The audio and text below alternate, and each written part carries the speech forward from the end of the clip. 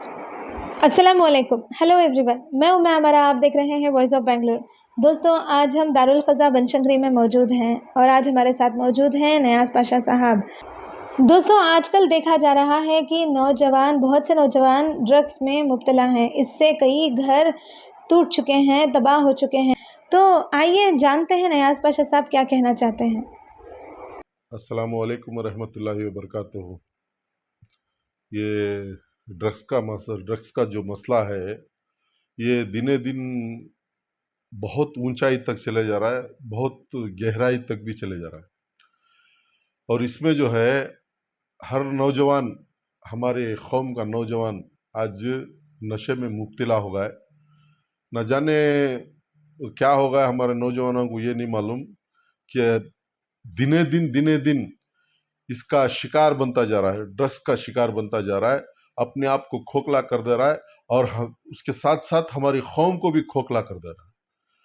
और मैं ये कहना चाहता हूँ कि हर मोहल्ले में, हर इलाके में, हर जगह जो है ये ड्रग्स के बारे में, और जो मोहल्ले के जिम्मेदारान हैं, जो सरपरस्त हैं, वो सभी जो है इस ड्रग्स के बारे में काम कर रहे हैं।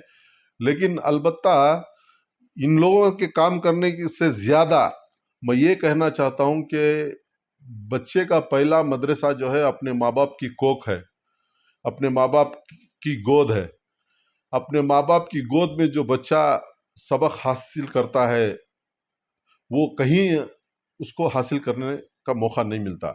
इसलिए मैं उनके माँ बाप से ये गुजारिश करना चाहता हूँ, उनके बड़ों से मैं गुजारिश करना चाहता हूँ कि इन बच्चों को के ऊपर थोड़ा तवज्जो दे, थोड़ा प्यार से, थोड़ा मोहब्बत से उनके पीछे रहकर इन बच्चों को संभालने की कोशिश करें। देखिए, जितना आप अपने बच्चों को सेफ कर सकते हैं उतना कोई नहीं कर सकता।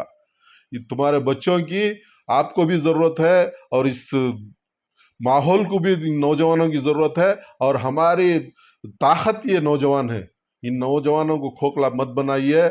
मैं आपसे आजिज़ाना गुजारिश करता हूँ, बड़े रंजो गम के साथ ये कहना पड़ रहा है कि हमारे नौजवान के जो नौजवान कौम है इस नशे का शिकार बनते जा रहे हैं। मेहरबानी फरमाकर उनके बच्चों को वो संभाले, तो इंशाअल्लाह ये कामयाबी ज़रूर मिलेगी। अपने बच्चे अपने हाथ रहेंगे, अपने बच्चे अपने साथ रहेंगे, वरना ये जवानी में ही मौत का शिकार बन जाएंगे। ये मैं कह नहीं सकता कि ये बेटे का जनाजा अपने बाप के कंधों पर गया तो वो बाप के दिल पर क्या बीतती है वो बाप को मालूम होता है। उससे ज्यादा कोई तकलीफ वाली बात नहीं है। अपने बच्चों का जनाजा अपने कंधों पर अगर उठाना है तो अपने बच्चों को आज़ाद छोड़िए, वरना अपने बच्चों को अपने हथाटी में लेकर अपने बच्चों को अच्छी अखलाक सिखाकर उनके पीछे थोड़ा वक्त लगाकर अपने बच्चों को दीन की तरफ मुतवज्जो कीजिए और काम की तरफ मुतवज्जो कीजिए और तिजारत की तरफ मुतवज्जो कीजिए। अपनी फैमिली के साथ अपने बच्चे रहेंगे तो इंशाअल्लाह और दीन की भी तरक्की होगी और दुनिया की भी तरक्की होगी। सर, और बहुत से रिहाब में अभी बहुत से रिहाब हैं, तो एक रिहाब में 8,000 रुपये मांग रहे हैं। तो ये गरीब जो है अपने बच्चों को अच्छा करना चाहते हैं, मगर रिहाब के पैसे उनके पास नहीं रहते, तो ऐसे को क्या करना चाहिए? देखिए, रिहाब में जो पैसे लेकर अभी बहुत कौम के बहुत सारे नुमाइंदे जो है ये रिहाब के अंदर बहुत सारे पैसे लगा रहे हैं। वहाँ कोई ऐसे हीरा में डालिए वहाँ पर पैसे ना लेते हो। ये इन लोगों भी एक धंधा बना लिए हैं। 8,000 रुपये वो एक गरीब बच्चा, ये गरीब माँ बाप जिसके पास कोई गुजारने का कोई जरिया नहीं है, वो 8,000 रुपये महीना कहाँ से लाएंगे? 8,000 रुपये बहुत होते हैं मेरे भाई। अगर 8,000 रुपये सही उनके वक्त को लग जाते तो वो शराबी भी नहीं बनते थे और जो है वो नशेली की आदत भी नहीं पड़ती थी। जहां पर तंगी है वहीं पर नशा है।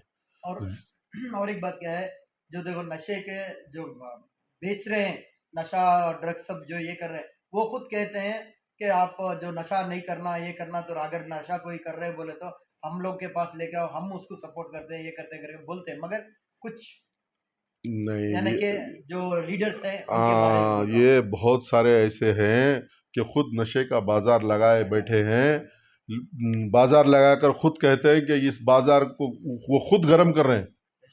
बहुत सारे लोग हैं, बहुत सारे नामचीन लोग हैं, यानी कि छोटे पोटे पुड़ाड़ियाँ, छोटे पोटे रौड़ियाँ, सब नशे के धंधे में आज पूरी जिंदगी, पूरा उनका गुजरान नशे में ही चल रहा है। और गरीब बच्चों का खून पी रहे हैं, बस वो गरीब बच्चों का, गरीब माँ बाप का खून पी रहे हैं। उनके हर एक एक नफ्स नफ्स में जो वो नशा जो भर रहा है, उनकी मजबूरी का नशा है वो उसको ख़त्म कीजिए। मैं मोहल्ले वालों के जितने भी बड़े आदमी हैं जो इस काम को अंजाम दे रहे हैं, मैं उनसे गुजारिश करूँगा कि पत्तों को झिंझोड़ने से पहले जड़ों को झिंझोड़िए, जड़ से उखाड़ फेंकिए। जब जड़ तक नहीं पहुंचेंगे आप, तब तक इस नशे को ख़त्म करने नहीं होता। इंशाल्लाह मुझे उम्मीद है कि अब थोड़ा बहुत सारे आदमी इसके अंदर काम कर रहे हैं, बहुत सारे मेहनत कर रहे हैं, हम भी बहुत सारे मेहनत कर रहे हैं। और हमारे एरिया के आसपास जितने भी मोहल्लात हैं, मोहल्ले हैं, वो सब जगह इस काम की मेहनत हो रही है। मेहरबानी फरमा कर जड़ों को निकालने की कोशिश कीजिए। ये ढालियों को कट करेंगे तो ये ख़त्म होने वाली नहीं है। जड़ों को उखाड़िए। सर वो अभी आप पत्ते और जड़ की मिसाल दे रहे हैं, तो बताइए अब आपको ये जड़ और पत्ते की मिसाल कौन है? ये जो ड्रग्स बेच रहे हैं ये पत्ते हैं, जो ड्रग्स उन तक पहुंचा रहे हैं ये जड़ें हैं। ये ड्रग्स जो बेच रहे हैं लड़के, वो खुद नशे का शिकार होकर बेच रहे हैं। ये जो नशे की चीजें उन तक पहुंचा रहे हैं ना, वो जड़ें हैं। उन जड़ों को खत्म कीजिए। इसके अंदर एक बहुत बड़ी माफिया है, ये माफिया को पहले खत्म कीजिए। जो भी मिलता है उसको स्टेशन ले जाके, जब तक उसके ऊपर एफआईआर नहीं होता उसको मत छोड़िए। क्या आप जानते हैं वो जड़ें कौन है? देखिए, एक एक मोहल्ले में एक एक आदमी रहता है, एक एक मोहल्ले में 10-10 आदमी है, एक एक मोहल्ले में 100-100 आदमी है। हर कोई इसका शिकार बन चुका है। आज नशा जो है आम हो चुका है, हर कोई इसका शिकार है, उसके हिस्सेदार बहुत सारे हैं। ये कानून के हाथ से ही होगा। ये हम जैसे लोगों से हाथ से नहीं होगा, ये कानून के हाथ से होगा। लेकिन हम जैसे लोग जो है कानून की मदद करना चाहिए, कानून का सहारा लेना चाहिए, कानून के तहत उन जड़ों को खत्म करना चाहिए। मेरा आखिरी सवाल ये है कि नौजवान जो बिगड़े हुए हैं, जो ड्रग के जो अभी बात की आपने, तो ऐसे नौजवान को सुधारने का तरीका आप किस तरह से आवाम को समझाएंगे? देखिए, अपने बच्चों को सुधारने का सीधा सीधा एक ही तरीका है। अपने बच्चों को अपने साथ लीजिए, उनको मस्जिदों में लेकर जाइए, उनकी नमाज को आदत डालिए, उन बच्चों को पढ़ाई का जोश और जज्बात पैदा कीजिए, पढ़ाई में ध्यान दीजिए। और जो भी तिजारत करना चाहते हैं उन बच्चों को तिजारत में डालिए। तिजारत में उनका ध्यान लगना चाहिए कि उनके माँ बाप, उनके बड़े बुजुर्ग, उनके भाई जो भी रहते हैं, उनके रहनुमा जो भी रहते हैं, उन बच्चों के साथ रहना चाहिए। चंद दिन तक, जब तक वो बच्चा हमारे हाथ नहीं आ जाता, तब तक उसका साथ रहिएगा। उनको नमाज की आदत डालिए, मस्जिद की ओर लेके जाइए। इससे अच्छा कोई तरीका नहीं है। इंशाअल्लाह जब उनको नमाज की आदत हो जाएगी तो वो नशे से, हर बुराई से दूर हो जाएंगे। सर आपके मदरसे में भी आपके बच्चे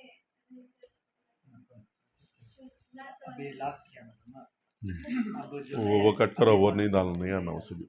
और एक और उन्होंने भी क्या कर रहे हैं, मतलब आने के वास्ते चार्जेस कितना लेती है, क्या कर देंगी, बिल्कुल डर रही कहाँ कैसे को होता है ना, कैसे यहाँ दारुल तो खजा का दारुल नहीं। खजा में तो अब कैसे पैसे देना, कि खुला कराना, तो हमें कैसा जाना खरीदा वो खुला तलाक वो सब जानों को, तुम्हें खाली ड्रग्स के बारे में बात करो। जो बात है वो पेरेंट्स ऐसा लग है तो वो होना बोलता हूँ, ड्रग्स के बारे में बोलता हूँ। वो तलाक खुला वो सब न को सभी। तो जो शादीशुदा होने के बाद में यहाँ पे सेटलमेंट के लिए आते हैं, तो वो उनके लिए क्या कहना चाहेंगे ऐसे बच्चों जी को? देखिए, वो सेटलमेंट जो है, अभी जो फैसले जो हमारे नौजवानों के जो आ रहे हैं, ये नशे की वजह से ही आ रहे हैं। जो औरतें अपने खाविन के पास नहीं रहते, ये मेरा खाविन नशा कर रहा है, मेरा खाविन गांजा पी रहा है, मेरा खाविन ये इंजेक्शन ले रहा है, वो ये कर रहा है, वो कर रहा है, नशे में धुत रहता है। ना बच्चों का ख्याल है, ना बीवी का ख्याल है, ना माँ बाप का ख्याल है। ऐसे केसेस अभी ज़्यादा हो गए हैं।